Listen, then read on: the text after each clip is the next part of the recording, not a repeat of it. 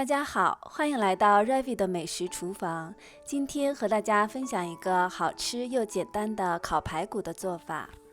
准备一扇肋排，我称了一下是650克，在清水中浸泡30分钟，去除血水。之后放到厨房纸巾上擦干水分。为了方便，我把它切成了2段。我们把排骨放到密封袋中来腌制。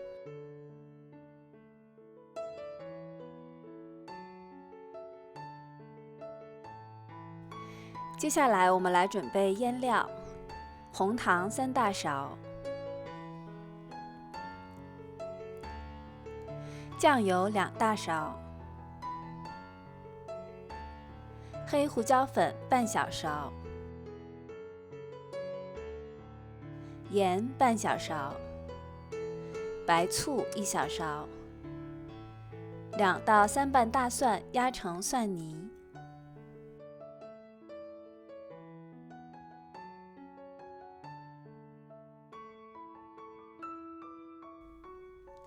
2小勺韩式辣椒粉，再准备半个梨，梨可以起到嫩肉的作用，如果没有的话，用其他的水果代替也是可以的。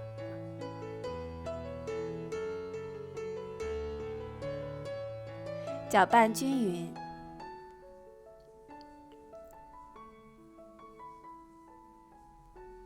把料汁也倒在密封袋中。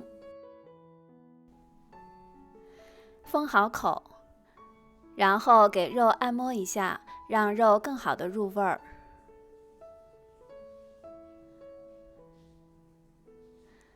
之后放到冰箱中冷藏6到8个小时。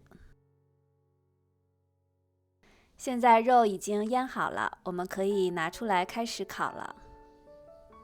放入烤盘中的时候，肉多的那一面朝下。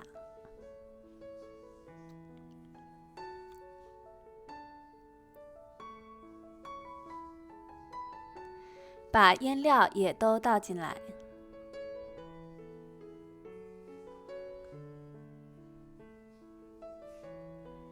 盖上锡纸，把它密封好。烤箱预热375华氏度，先烤1个小时。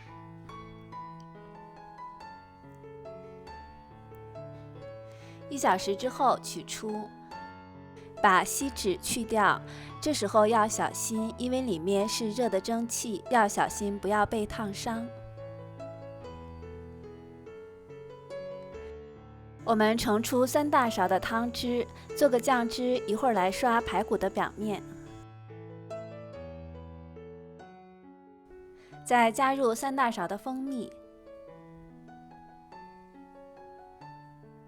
搅拌均匀。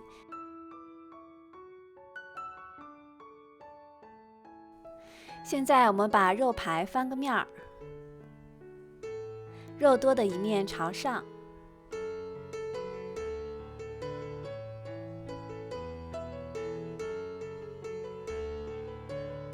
刷上我们刚才调好的酱汁，用烤箱的烤制功能再烤5到8分钟。